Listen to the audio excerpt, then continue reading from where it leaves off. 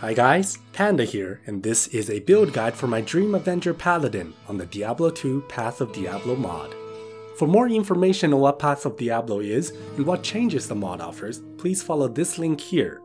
A legit copy of Diablo 2 is required to play this game. Now, let's get on with the build. The main skill we will be using is the Vengeance skill on the Paladin. Vengeance adds significant additional elemental damage on your attacks based on your weapon damage. This skill allows the Paladin to deal damage using cold, fire, lightning, and physical damage types in a single hit. This means that there are no monsters in the game that you are not able to kill with Vengeance. The skill is also enhanced by large amounts of synergies to offer players an option to focus their damage into each element.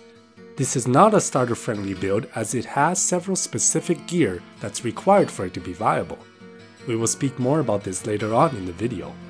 It is recommended to spec into this build after reaching level 75 when you get access to your torch, but it is playable at as early as level 65 when you gain access to your Dream Helm and Shield. Upon respec, your skill in order of priority is as follows. You will start by putting 1 point into Holy Shield and Conviction, and then maxing Salvation, Resist Lightning, and Vengeance. From here, start putting more points into Conviction until you reach level 25 with all your plus the skills. Then level up your Holy Shield to be at around level 10 with plus the skills. Once you reach level 10, your options are more flexible. Redemption, along with all of its prerequisites, are very nice quality of life auras that you can consider, but if you do not want them, you can just keep putting points into Holy Shield as well. As mentioned before, there are some very specific gear that is required for this build. As the name suggests, you will need a Dream Helm and a Dream Shield. These are the bread and butter of the build, as you will be relying on them to do most of your splash damage. For weapon, you will want a Grief Phase Blade.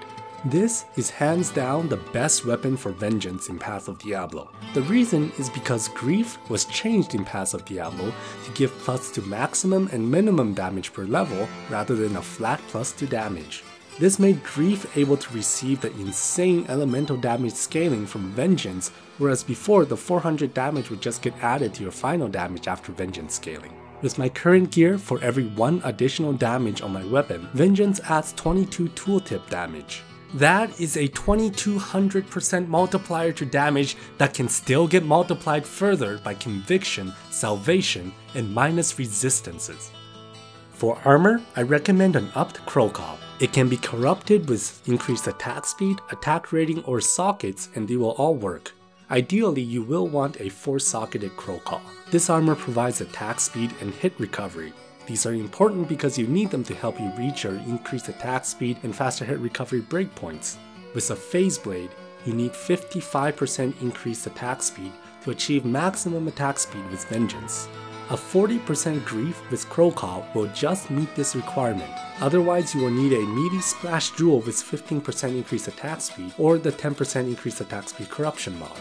With your remaining open slots for equipment, aim to get 86% faster hit recovery. You can use charms to help supplement this as well. For your remaining gear, here are some recommendations. For amulet, you could use Mara's, Cat's Eye, or High Lord's. Aim for the All Resist or the Auto Skills Corruption for your amulets. For rings, I recommend having at least 1 Raven Frost for the Cannot Be Frozen. Your second ring can be anything you like. A rare Dual Leech ring with all resistances, life, strength, or dex will be ideal. You can corrupt it for faster one walk or damage reduction. A rare belt with 24% faster hit recovery, 22 strength, life, and resistances is your best in slot belt. Otherwise, you can go with a String of Years or Verdangles. For boots, your best in slot is the Ethereal Sandstorm Strike for the faster hit recovery. You can also use War Travelers or Gore Riders depending on your preference. If you're planning to run Ubers, Dracula's Grasp is a requirement. Otherwise, a good Blood Gloves with increased attack speed, strength, and all resistances is the best in slot. On weapon switch, I recommend a Call to Arms in a Crystal Sword and a Spirit Shield in any 4-socketed Paladin shield. If you manage to get a 40% increased attack speed Grief, your best in slot armor will probably be a Duriel Shell. The resistances and the Cannot Be Frozen stats that Duriel Shell provides will free up your amulet and your ring slot. In its place, you can use an Angelic Amulet and Ring. This will greatly increase your accuracy during boss fights for a huge DPS boost. I also want to add that an up twitch throw is a very good budget armor to help you hit your increased attack speed and faster hit recovery breakpoints, and comes with a hefty 20% additional block chance as well. The playstyle of this build is fairly straightforward. Use Charge as your movement skill to clear trash monsters, and Vengeance on tougher packs and bosses. You can use Zeal if you're finding yourself getting surrounded and stun locked as well. Your charge does sometimes get charge locked. This means that your character will freeze in its spot in the charge animation. If this happens, just switch your weapon and switch back really quickly and it should fix the issue. You should also be careful of dolls that appear in Endurance of Hate and Bale's Throne Room. When these dolls die, they explode and can do a significant amount of damage to your life. With your Holy Shock aura doing so much damage to everything around you, it's quite easy to kill these dolls when they're grouped up right in your face. This could result in an instant death.